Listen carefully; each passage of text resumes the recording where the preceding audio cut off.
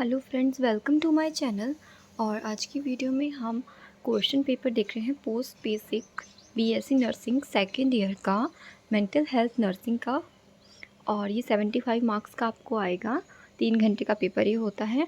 2021 नवंबर में ये पेपर हुआ है, तो आपको ये 2022 में हेल्पफुल रहेगा। इनफैक्ट आगे आने वाले जो भी ईयर्स होते हैं उसमें आपको ये काफ़ी मदद करेगा। जैसे क्वेश्चन रिपीट होते हैं, बाबा फरीद यूनिवर्सिटी का है ये। ओके, फर्स्ट क्वेश्चन है इसमें, देखिए डिफाइन साइकेट्रिक इमरजेंसी। सेकेंड है enlist the various type of psychiatric emergencies. Third है prepare NCP for patient admitted in psychiatric hospital after suicide attempt. Psychiatric emergency क्या होता है?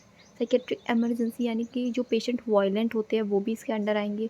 पेशेंट जो सुसाइडल हैं, बहुत ज़्यादा डिप्रेशन में है और सुसाइड अटैम्प्ट करने के ख्याल रखते हैं, वो भी इसमें आएंगे। तो यही है सुसाइडल पेशेंट, और इसके बारे में एनसीपी बनाना है आपको।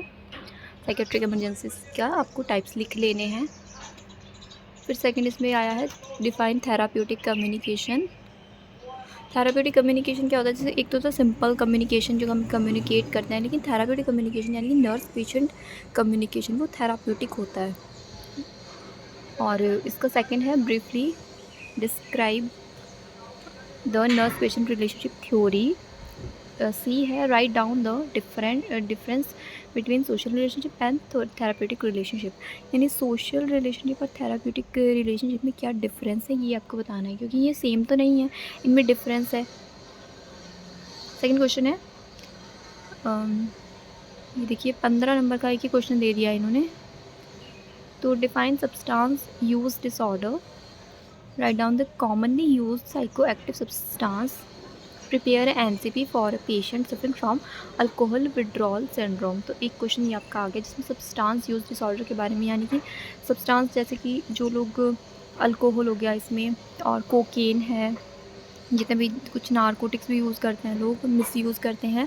ड्रग्स का यूज़ के बजाय जो मिसयूज़ हो जाता है, और जो भी सब्सटेंस यूज़ किए जाते हैं उनके बारे में आपको इसमें सब कुछ लिखना है।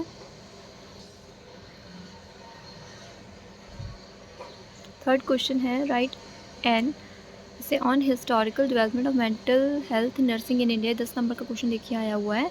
तो लेंथी पेपर है आपका, स्पीड आपको बना के रखनी पड़ेगी शुरू से ही। फर्स्ट क्वेश्चन से ही आपको फास्ट लिखना होगा, तभी आपका अटैम्प्ट होगा। Historical development mental health nursing की बतानी है आपको।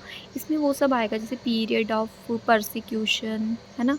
इसमें कुछ पीरियड्स थे, इसके 4-5 पीरियड्स थे, वो हमको इसमें लिखना होता है। ह्यूमैनिटेरियन का भी पीरियड था एक, तो 5 पीरियड आई थिंक है इसमें, मुझे याद आ रहे हैं। उस तरह से साइकेट्रिक में डेवलपमेंट कैसे कैसे हुई है वो सब आपको लिखना है साथ में। जैसे कि साइकेट्रिक नर्सिंग सबसे पहले कहाँ पर आई, किस कॉलेज में आई, फिर उसमें एमएससी कब हुई, ये भी आप इसमें ऐड कर देना। बीएससी में भी, बीएससी नर्सिंग में साइकेट्रिक कब ऐड हुई, जीएनएम में कब ऐड हुई, तो वो आपको सब ईयर्स लिख लेने हैं।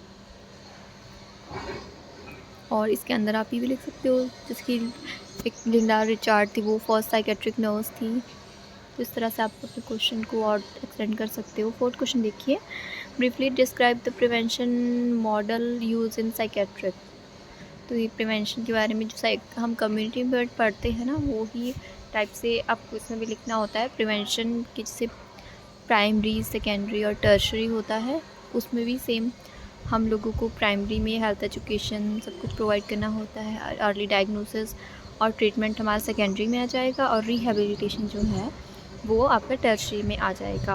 बी क्या है आप देखिए, write down the role of psychiatric nurse in preventive psychiatry. तो आपको साइकेट्रिक नर्स का रोल भी लिख लेना है। जो हम रोल नर्स के याद करते हैं, आधे रोल तो आप वही इसमें ऐड कर सकते हो। साथ में साइकेट्रिक नर्सिंग का मेन रोल क्या रहता है वो भी। शॉर्ट नोट भी आए हुए हैं जिसमें सोमेटोफॉर्म डिसऑर्डर आया हुआ है। सोमेटोफॉर्म डिसऑर्डर क्या, जैसे कन्वर्जन डिसऑर्डर है आपका, और हाइपोकॉन्ड्रियासिस, यानी कि फिजिकल इलनेस उसको दिखाई देती है, बट वो एक्चुअल में मेंटल इलनेस की वजह से जो फिजिकल इलनेस के सिम्टम्स होते हैं वो जब पेशेंट को अपने में दिखाई देने लगे तो वो सोमेटोफॉर्म डिसऑर्डर है। यानी उसे कोई भी फिजिकल प्रॉब्लम है नहीं, सिर्फ मेंटल प्रॉब्लम है जो उसे ऐसा लग रहा है कि वो बीमार है। तो हाइपोकॉन्ड्रियासिस भी हो गया इसमें, कन्वर्जन डिसऑर्डर भी है इसमें, और भी डिसऑर्डर्स के अंडर आते हैं। बी है बिहेवियर थेरेपी। थेरेपी से रिलेटेड क्वेश्चन ज़रूर आता है। मैं आपको एक चीज़ बताना चाहती हूँ। आपका जो साइकेट्री का क्वेश्चन पेपर आएगा उसमें आपको एक तो थेरेपीज़, ठीक है, चाहे जो भी साइकोथेरेपीज़ होती है ना, family therapy, group therapy, music therapy, जितने भी मेलियो थेरेपी वगैरह है, और ये देखिए बिहेवियर थेरेपी तो आई हुई है। तो इससे एक क्वेश्चन ज़रूर आएगा, ठीक है, शॉर्ट नोट में आता है ये 5 नंबर का। और एक आपका जो ड्रग होती हैं फार्माकोलॉजी, साइको फार्माकोलॉजी से भी कोई क्वेश्चन आपको दे सकते हैं। जैसे लिथियम के बारे में पूछ लिया, या फिर एंटी डिप्रेसेंट्स के बारे में आपसे पूछ सकते हैं, एंटी एंग्जाइटी एंग्जोलाइटिक जो होती हैं उनके बारे में भी पूछ सकते हैं, और एंटी मेनिक ड्रग्स के बारे में आपसे पूछा जा सकता है, एंटी साइकोटिक्स जो ड्रग है उनके बारे में भी पूछा जा सकता है। तो सभी को आप अच्छे से प्रिपेयर कर लेना, ताकि आपको कोई मुश्किल ना आए और आपके 5 नंबर जो हैं, यानी कि 5-10 नंबर जो हैं पक्के बन जाएँ वो पेपर में। ये देखिए इसमें ये आया हुआ बिहेवियर थेरेपी के बाद डी सल्फरम थेरेपी। ये डी सल्फरम थेरेपी में क्या होता है, जो अल्कोहलिक पेशेंट होते हैं इनको ये दी जाती है।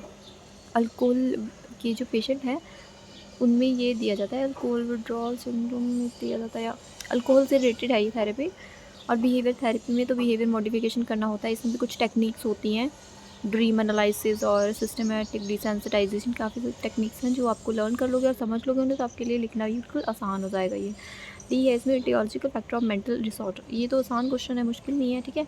मेंटल डिसऑर्डर जो है वो कंजेनिटल भी हो सकता है, मैटरनल सब्सटेंस अब्यूज़ की वजह से बच्चे पर भी इफेक्ट पड़ सकता है, उसकी वजह से भी हो सकता है, कंजेनिटल अनोमलीज़ की वजह से भी हो सकता है। काफ़ी कुछ इसमें टियोलॉजिकल फैक्टर हैं जो मेंटल डिसऑर्डर को कर सकते हैं। जैसे न्यूट्रिशनल डिफिशिएंसी है, कुछ सोशियो इकोनॉमिक प्रॉब्लम है, कोई फैमिली प्रॉब्लम है, घर में अच्छे से हालात घर की ठीक नहीं है, तो उसकी वजह से भी जो है वो मेंटली जो कोई पर्सन है वो डिस्टर्ब हो सकता है और मेंटल डिसऑर्डर का कारण बन सकता है। तो बहुत सारे टियोलॉजिकल फैक्टर हैं जो आप खुद से अंदाज़ा लगा के लिख सकते हो अगर आपने पढ़े भी ना हो पेपर में।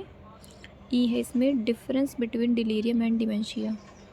ये भी काफ़ी ज़रूरी क्वेश्चन है, डिलीरियम डिमेंशिया का। डिमेंशिया एक प्रोग्रेसिव डिसऑर्डर है, और ये जैसे 60 ईयर्स के बाद ये ओल्ड एज में ज़्यादातर ये होता है।